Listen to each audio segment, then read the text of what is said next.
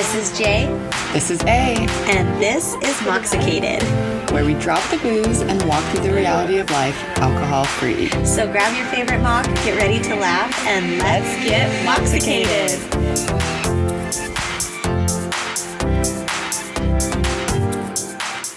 Hello, everyone. Welcome to another wonderful episode with your favorite podcast hosts. Yes. Hey, I like those glasses. I didn't notice them. Oh, thanks. Are they new? I leave them here at the studio, so they're kind of like my professional. Ooh, professional. My professional glasses. Turtle. Is that or what is it? Turtle. I imagine Turtle being professional. Yes, they are. Yes. Yeah. So in case you're watching the YouTube, I'm feeling very Professional. business oriented today. I'm feeling very professional as well. You are, because you have some eyewear. I'm a professional swimmer. So strange. I never knew this about you. I know, me neither. And then, just jumped in. No. Goggles. A company wrote me for some content for some professional goggles. And normally I let those emails just go. But I'm really in the need for some new goggles. Why? You use because goggles? I use the kids for my twice a month goggle swim. I'm sure you write it into the schedule. Yes. Too. Like today is going to Well, be no, my I goggle really swim. do plan it out I knew because it. normally we just go to the pool for an hour and have something to do after, and so I just refix myself and go to the next. And so a goggle swim is Yeah, you can't. You're done. I'm not coming back from this. You're never coming back. You gotta let the sun set and rise again before we meet the light. Yeah, today was one of those days. So, just tell me, do you like swimming? Well, so goggle swimming is very fun when they fit your face because normally I wear kids, and it feels like your brain is being sucked through your eyeballs, and so then you really can't see. Yeah, as well, no, much. and even Quinn will be like, "Whoa, Mom, your eyelids are fat," with hers on, and and then I have suctions around my eyes. But so today, these goggles, I won't plug them here. All right, they don't deserve that yet. They didn't pay for that. But if you're in the market, go ahead and DM me. I'll hook you up with a discount code Always for and some whatever. professional swimmer. Gongles is what my kids call them. Gongles. Hey, can you Goggle get my wearer. gongles? You are a professional goggle wearer now. Yeah. That's actually on your resume. Yeah. I've been wearing goggles since I was a child. Yeah, because you were an actual swimmer. I was the worst on the team, but yeah, I was on a swim team. Still a swimmer. Breaststroke was the best Ooh. stroke for me. And you definitely need goggles for that. I don't even know the strokes. I mean, I do because I'm a professional. I was going to say, I think you know them well.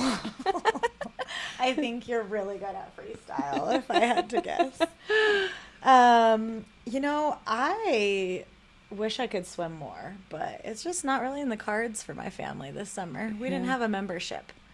Oh, you could have came to mine. Oh, don't tell Kyla that. Yeah, no, we won't. Yeah, she was infuriated because I used to work at a gym, and the gym had we got a free membership, and then I stopped working at that gym, and it's a very expensive place. It's kind of, anyways. Yeah.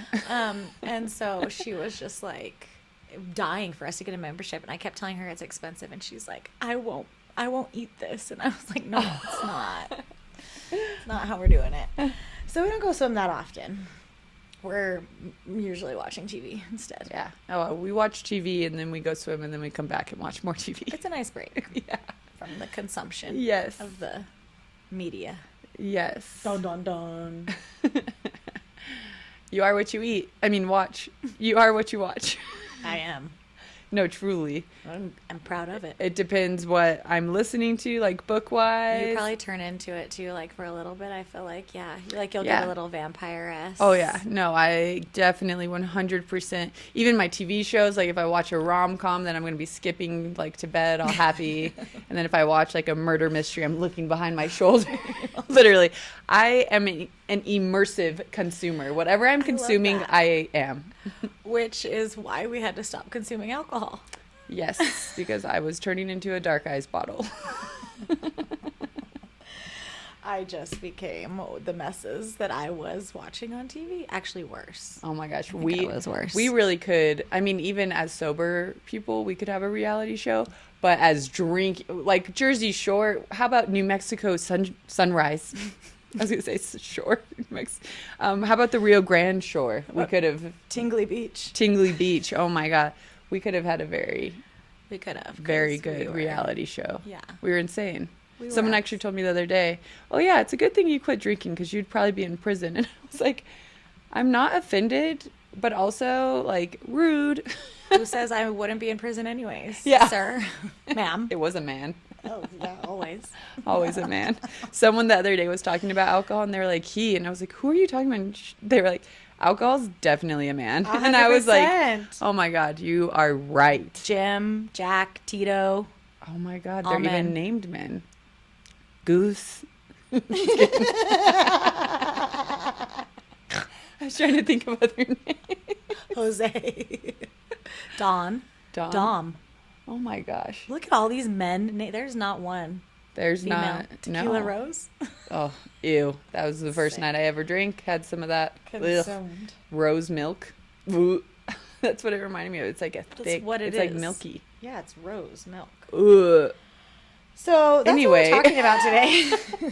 Not rose milk, but consuming and what we consume and how it's changed. And now that might sound like a large topic, but basically entertainment wise. Yes. Yeah. Like what we take in when our brain chooses to have a little free time. yes.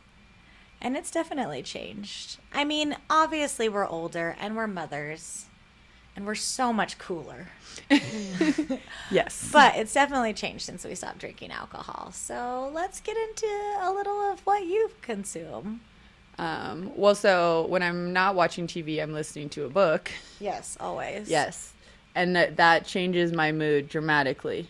Like, I mean, it changes my sex drive. It changes my literally everything about me. If I'm listening to a spicy book, then my sex drive will be up. If I'm listening to a murder mystery, I'm on edge. If I'm listening to like a thriller where the husband's a psychopath, I'm like looking at Chris like, are you going to do this to me? You know, different things like that. It literally will affect my mood, my happiness, my mind. It's what I will be thinking about. It's what I'm going to talk about in my next social setting. Yeah. I mean, right now in the book bestie little chat that I have going, everyone's doing a reread because there's some big books coming out in October of like the most popular books ever, and the final one's coming out. But to get to that, you have to read like 20 books before to know the whole universe that's happening. Too much, Allie. And I've already read all of them, but now You're for some going to go reason, through all 20? yes. Well, I might skip the ones that I didn't love. You already know the Yeah, story. I kind of already know.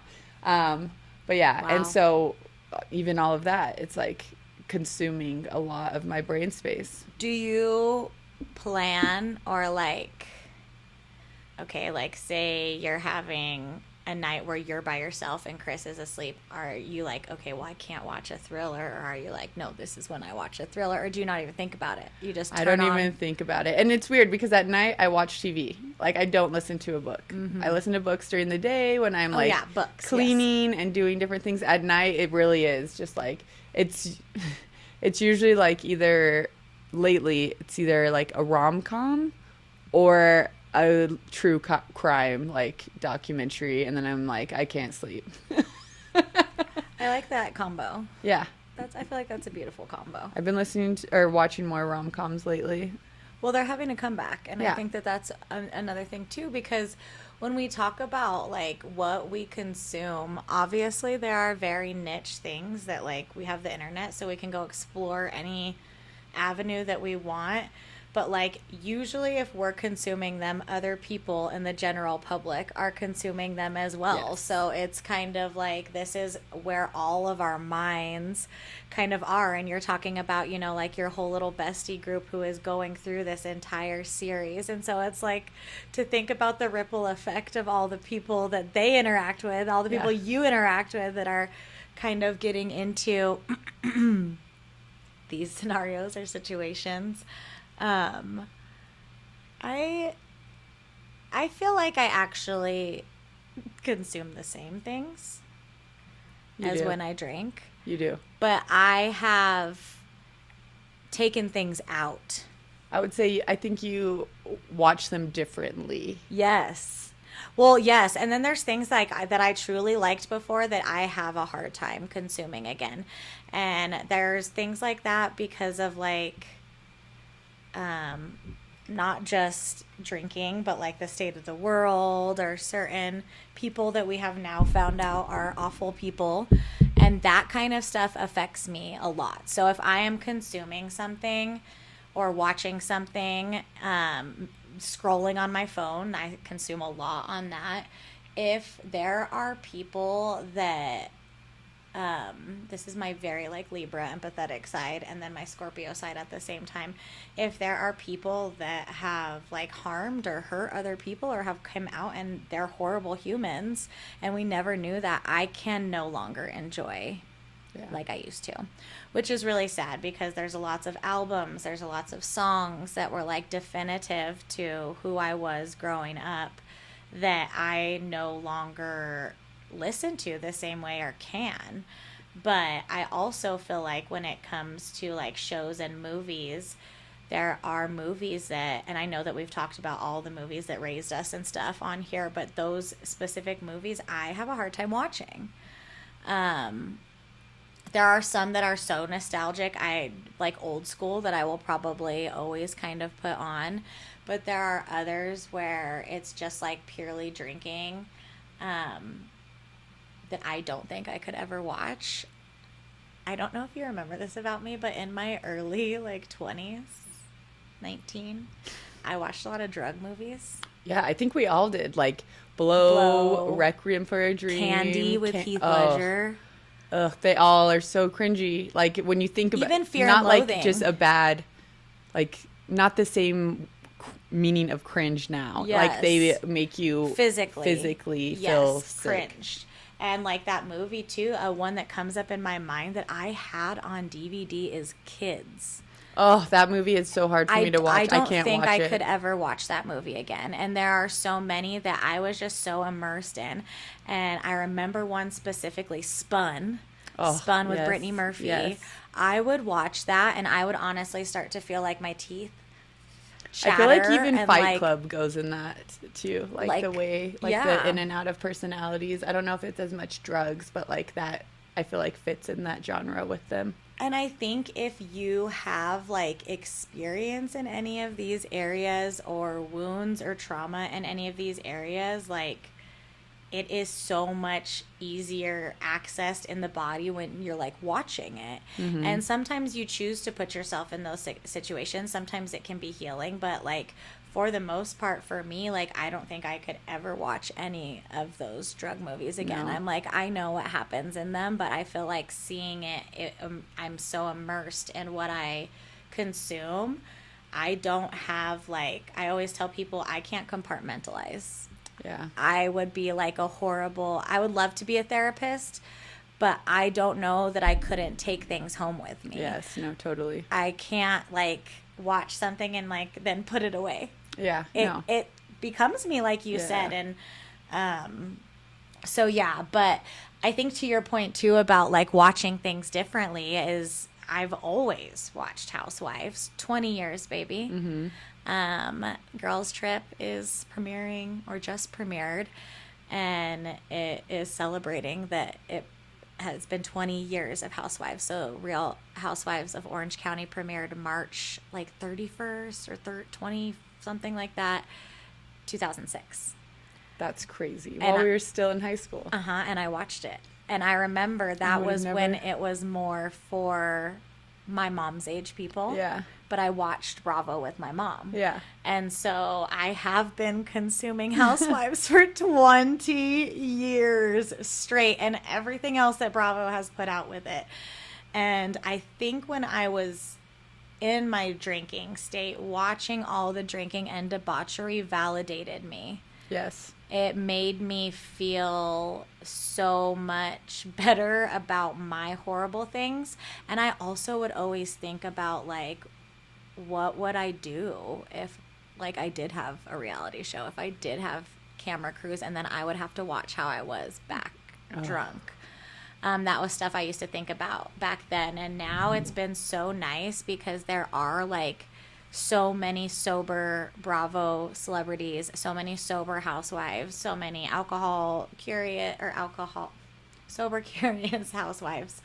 And that gives me life, you know, Yes. like I see the drinking and then I see like kind of how it's shifting. And I honestly feel like Bravo loves when their housewives get crazy, but I think that they're also shifting a little bit away from the party perspective, and I think that that's a really nice thing for us as society, because if we're consuming party culture, that's what's going to happen.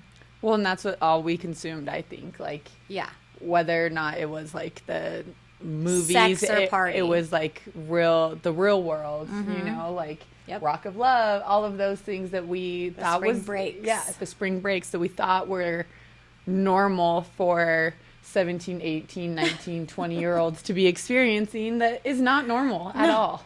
No. Yeah.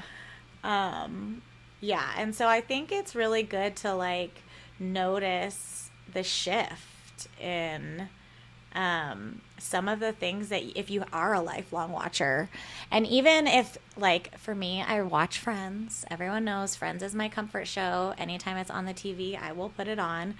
I was traveling with one of my friends a couple months ago, and Friends was on, and I was literally just saying random lines throughout the night as it was on. And she was like, how do you know all of these? And I'm like, I've literally been watching this over and over and over. And it's the same shows. And it's interesting how I can look at it differently. Now that I'm older than all of them, that's very difficult also. Yes, it's weird to think about, like, oh my gosh, they were younger than us. When now. you watch those period pieces, you're like, no, I always looked up to them, and now I'm older than their characters. That is crazy to think of. But Friends is cool because there's really not a lot of drinking. I mean, they handled things a lot differently than we would handle things now, but that was the 90s. Yeah, and they met in a coffee shop, not a bar, every morning or every day. And they did have like the one kind of boyfriend of Monica's that drank too much, Fun Bobby. And that one, I mean, obviously it was a very stereotypical episode, but again, 90s, we know better now. And so I think that that's really cool too, that was such an influential show and something that I still can return to that revolves around other things than alcohol. Yes. But you brought up a good point earlier about when you consume things that are hard to watch.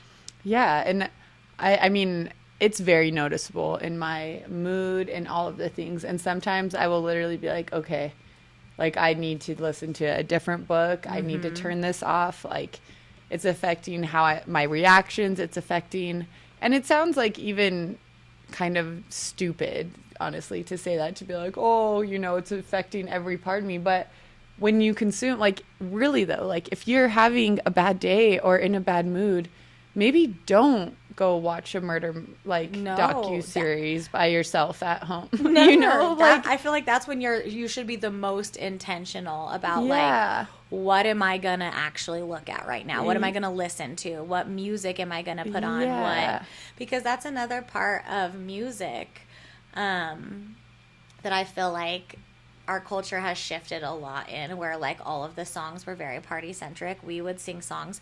I seriously, like, I'm a millennial. I'm never going to stop singing like Lil Jon and stuff. But like when it shots, I'm like singing it. And in my head, I'm like, dude, like this is so stupid. Like you're literally singing about shots. I think it's our age too. I really do, because I've had this thought, and then, well, recently Quinn has decided that she's a country gal. Oh. And it's very hard on me. Yeah, you've never been a country gal. I'm like a 90s country gal, but not the new. back then, yeah. It stopped at 2000, I think. Yeah. And right now, Ella Langley, is that her name? Oh, Elle Langley, yeah. Elle Langley, yeah. That is Quinn's like most favorite. And every song is about drinking. It's like drinking Jack by myself, pouring my glass of wine. And my daughter's just walking around being like, poured a glass of wine for myself. And I'm like, oh my gosh. And that has been like in my brain too, because I'm like, great. Like, and then which is really funny because it's been driving me so crazy. I threw on some is it Frank Forrest? It's like it is like Christian music, but at the same time, I actually like some of his songs, and it's not like holy, holy, holy. It's like I don't know, and so I like have changed it to that because now I'm like so fixated on all these words of it all just being about drinking and all of country. I mean. I mean, even the '90s country was about drinking too, but I wasn't. Crack open a beer, but I wasn't drinking. Thinking. Well, and I wasn't thinking about the words. I was just like vibing, even as a 6-year-old. but no, now like listening to Quentin, like she's literally gonna perform "Be Her," and the first line of it's like poured myself a glass of wine. She's gonna perform this in front of like 100 people probably, and so I'm just like, ugh.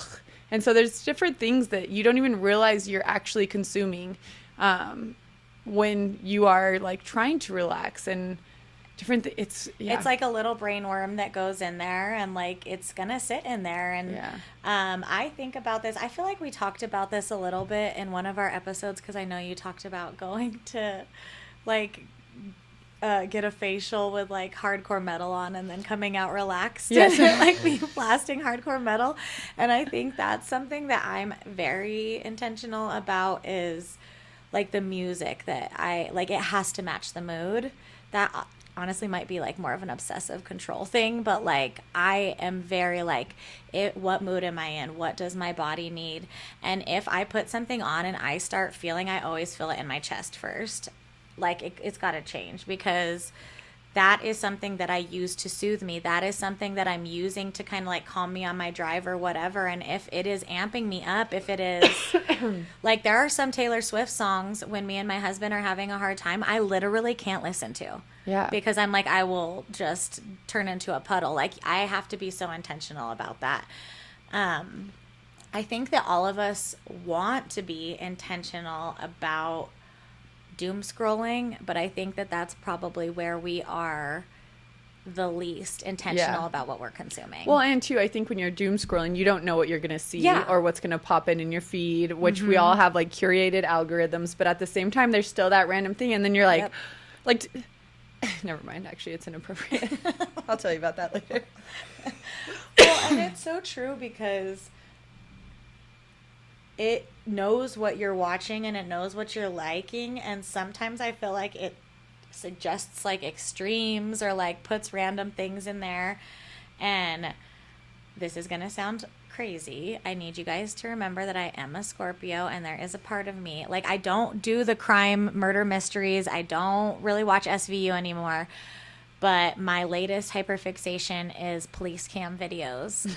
On Facebook of all places, like which okay, let me just tell you this. This is very niche town. Yes, my Facebook algorithm is like a different person than my Instagram algorithm.